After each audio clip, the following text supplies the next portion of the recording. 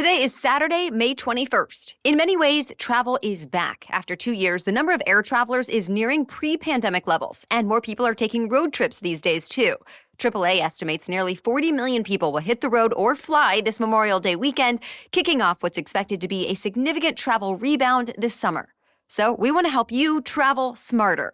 Today, I'm chatting with the world-famous travel guru, Brian Kelly, better known as the founder of The Points Guy.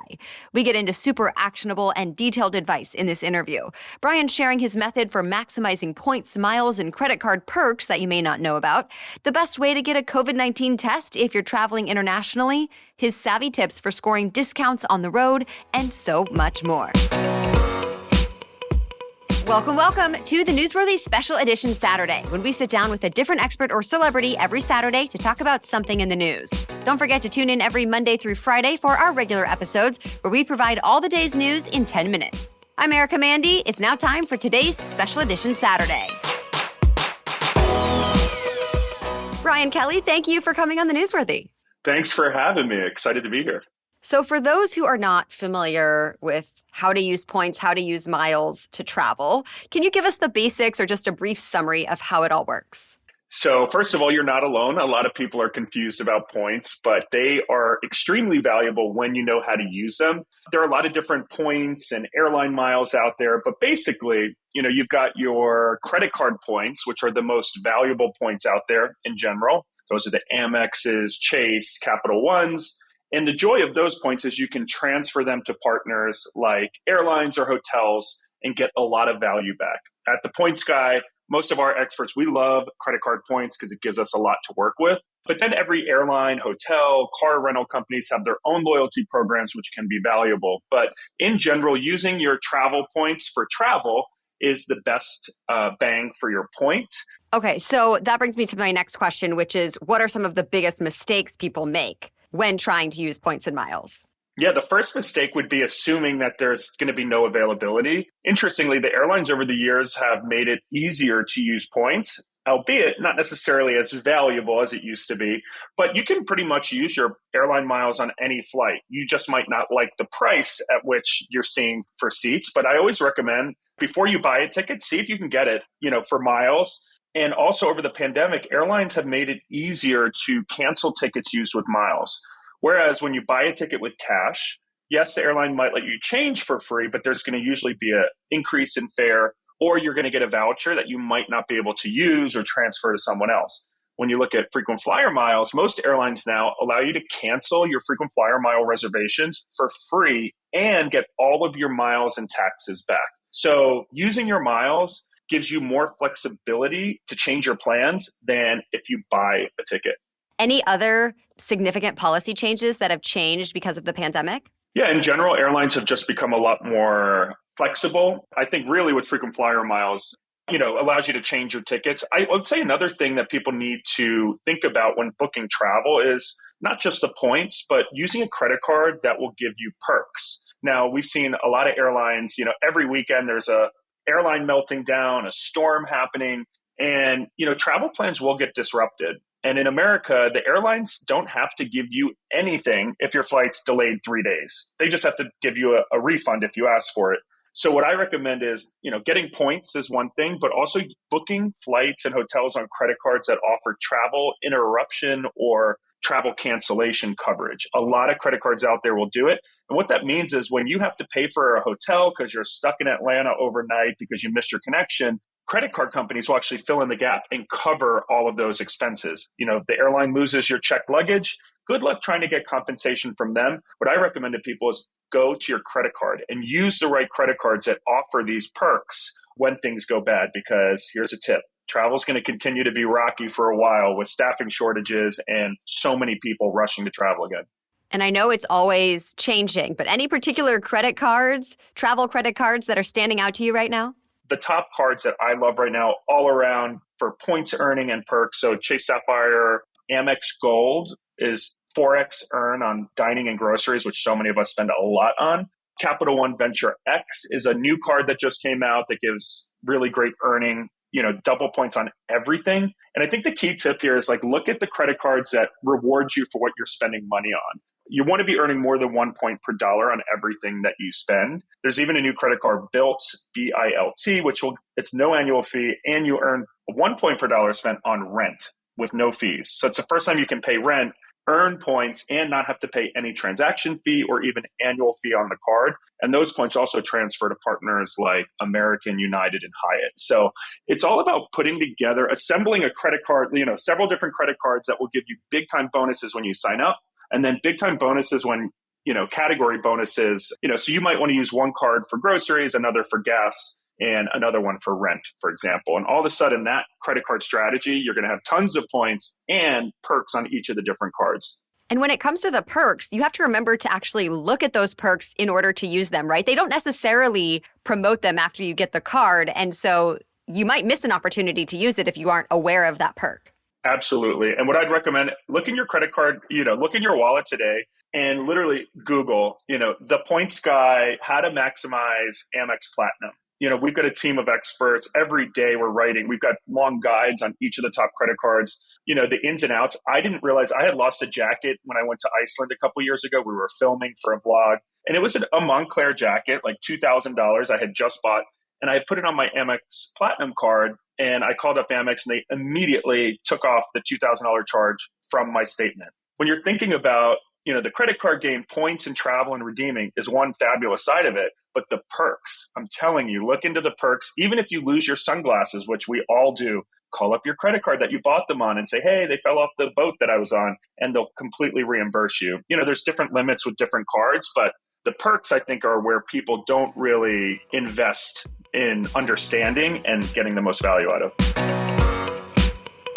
Still ahead, where does the points guy himself like to travel? Brian describes some of his most incredible experiences around the globe. And speaking of international travel, Brian shares his number one piece of advice for handling the COVID-19 testing rule that could save you time, money, and hassle. And how to find the best deals on gas and hotels if you're opting for a road trip. But first, let's take a quick break to thank our sponsors. Have you ever had something that actually gets better as you use it? Think good jeans that stretch to perfectly fit your body over time. Would you ever think sheets could be on that list? Well, Boll & Branch sheets are not just buttery, breathable, and comfortable. They also get softer with every wash. I've already noticed the difference. And as someone who works kind of odd hours and is a fairly new parent, I value my sleep when I can get it. I want those hours to be high quality, and Boll & Branch sheets help make that possible. There's nothing quite like getting into a freshly made bed to go to sleep after a long day. And it's that much better when you love your sheets like I do, thanks to Boll & Branch. And right now, the Newsworthy listeners get access to a 20% site-wide discount with promo code Newsworthy at bollandbranch.com.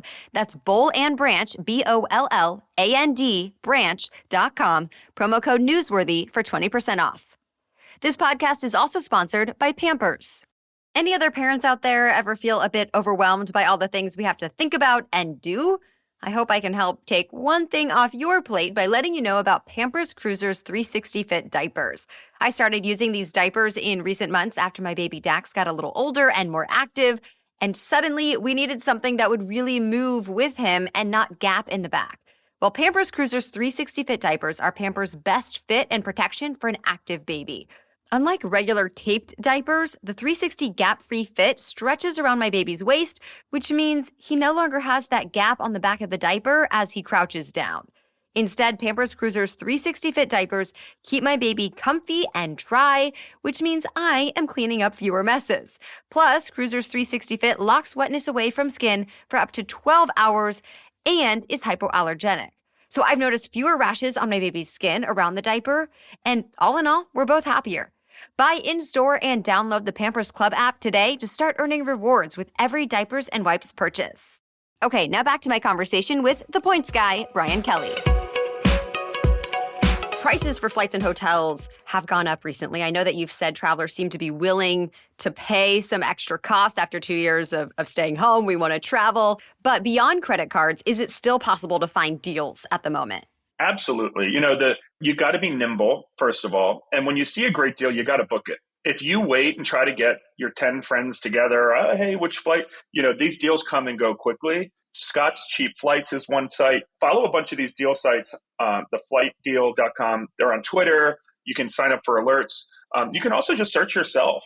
Google Flights is how I and most other experts in this field, it's a free site. Google Flights can let you search from your home city. You can sniff out the cheapest fares. You can look at a map and see where are the cheapest flights. And then I recommend build trips around places you haven't been to that have the cheap flights. Even if it's not, one of the top destinations like Miami or Maui, you can still find great deals.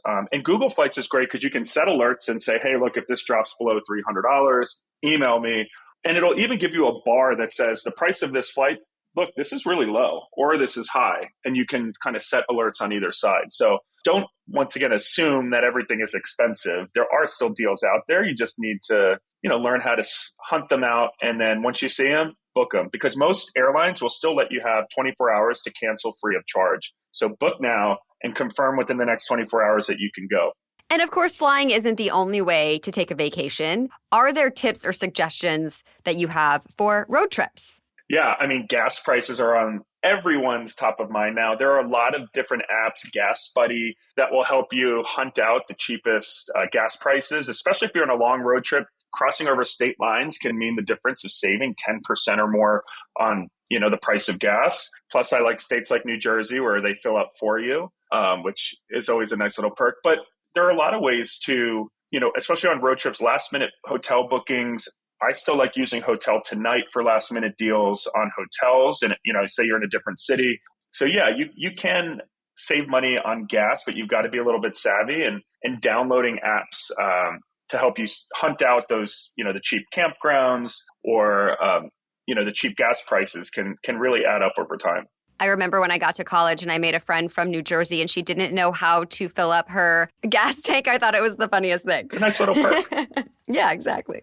What sort of advice would you have for people either looking to book a last minute trip this summer or on the other end of the spectrum, want to book something now for even later this year? I would say book now. I don't foresee prices dropping a lot. The biggest thing holding back international travel right now is the fact that Americans still need to get a COVID test one day prior to coming back to the US. And I know we did a survey, 55% of Americans are just simply not comfortable with the notion that on the last day of vacation, they need to take a test that could get them stuck abroad, right? If you test positive, I do believe the government's going to take down that test. And when the government does, we're going to see demand for international travel spike, right? Because today there might be people saying, I'm not going to Mykonos in July if I have to do that test. I'm going to be at parties. Who knows if I get COVID? I just simply can't afford to get stuck in Greece. By the way, I will add, if you travel internationally, listen to this. Do not ever, ever, ever get COVID tested abroad in order to come back to the US. Why? Two reasons. One, you can do a self-test as long as it's proctored. So emed.com has a $25, it's called the Binax Now proctored test, which means you do the test at home from your hotel room. You do a swab, you put it in, and they watch you on a camera. And 15 minutes later, you get the test results, which you can use to get back into the US. The reasons why you wouldn't want to do this abroad is A, there are a lot of shoddy facilities out there. There are people getting fleeced half the time. These facilities may have inconclusive results, so you have to pay again. And they're really expensive, and they'll ruin your last day vacation running around trying to find a COVID test. So pack one of these kits for $25 in your luggage, bring an extra one just in case. And trust me, it will save you time and money and hassle when having to test back to come back to the US. Wow, that is such a good tip. So you need the test in advance and you need a Wi-Fi signal to be able to get on with the video. Exactly. But it's once you do it, you log in. If you have your laptop, you leave your laptop open. They'll say, here's your test. And the good thing is, especially if you have kids, you decide how hard you want to swipe yourself. So if you have kids, you don't have to go up into your brain like so many COVID tests do. They're just watching you from a camera. So you kind of decide how hard you want to do it. So much good information here. What was a cool or most memorable trip that you've taken? Well, I'd say during the pandemic, I went to Tahiti, and I'm a huge scuba diver. And Tahiti actually had really good COVID policies, really managed it pretty well tourism-wise. And if you go from July through October, the humpback whales have their calves off the shores of the island of Moorea, which is like a short ferry ride from the main island of Tahiti. And I actually got a chance to swim with humpback whales in the Pacific Ocean. You can't dive with them, but I was just snorkeling in the Pacific, watching, it looked like submarines below me. And I also trekked with the gorillas in Rwanda. I've done that twice now. And for any nature lovers, or if you want to visit Africa, Rwanda is one of the safest and cleanest countries in the world. And they have incredible hotels, and trekking with gorillas is just incredible. Wow. Thank you so much for all of these good tips. Is there any final thought you want to leave us with? I really want to get across to every person listening, everyone get Global Entry. And Global Entry is $100 for 5 years. And what that gets you is TSA PreCheck, which means you'll breeze through airport security, because airport security lines keep getting longer and longer. But Global Entry also gets you Global Entry, which is when you come back from the US from abroad, you get through immigration. And I would say on average, I get through in about 30 to 60 seconds. You go to a kiosk and it gets you right through versus waiting in really long lines. So if you're going to travel even once or twice a year, having PreCheck and Global Entry will make your life so much easier. And the biggest thing you need to leave your house with this summer is a positive attitude. We've seen so many people berate frontline airline employees, and it just strategically doesn't even make sense. If your flight gets canceled, you don't want to be rude to that agent who's working it, because they can help you get to where you want to go. But if you're mean to them, they can make your life hell. So leave with a good attitude. Give yourself extra time at the airport this summer. It will be crowded, but let's all just be thankful we can travel again. Well, thanks to Brian Kelly for sharing his tips and advice. Be sure to check out The Points Guy on social media and the website at thepointsguy.com for even more great travel info. And as always, thanks for making the newsworthy part of your regular routine, traveling or not. If you found this helpful, be sure to share it with a friend. And tune in for our weekday news roundups, where we bring you the day's top stories in just 10 minutes in our signature fast, fair, fun style. We'll be back on Monday. Until then, have a great weekend.